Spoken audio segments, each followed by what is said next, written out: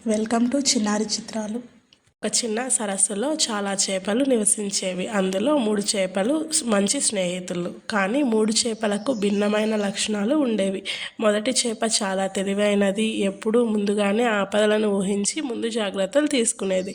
రెండవ చేప స్వల్ప తెలివైనది. ప్రమాదం దగ్గర పడే వరకు దాని గురించి ఆలోచించేది కాదు. మూడవ చేప చాలా మోసపోవడం అలవాటు. ఏమీ పట్టించుకోకుండా అలసత్వంగా ఉండేది. ఒకరోజు ఆ సరస్సు పక్కన కొంతమంది జాలర్లు వచ్చి మాట్లాడుకుంటూ, ఈ సరస్సులో బోలెడన్ని చేపలు ఉన్నాయి, రేపు ఉదయాన్నే వాటిని పట్టుకుందాం అని అనుకున్నారు. మొదటి చేప వెంటనే ఈ మాటలు విన్నది.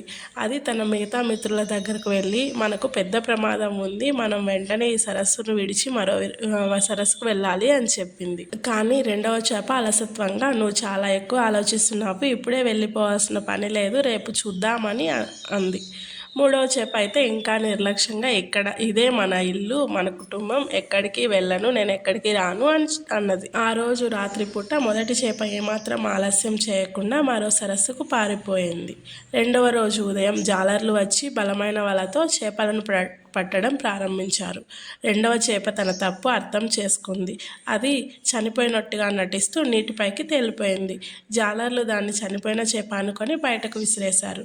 అది వెంటనే నీళ్ళల్లోకి దూకి ఇంకొక సరస్సుకు వెళ్ళిపోయింది. మూడవ చేప మాత్రం ఎక్కడికి వెళ్ళలేదు, ఏ ప్రయత్నం చేయలేదు. అది వలలో చిక్కుకొని జాలర్ల చేతిలో పడ్డది.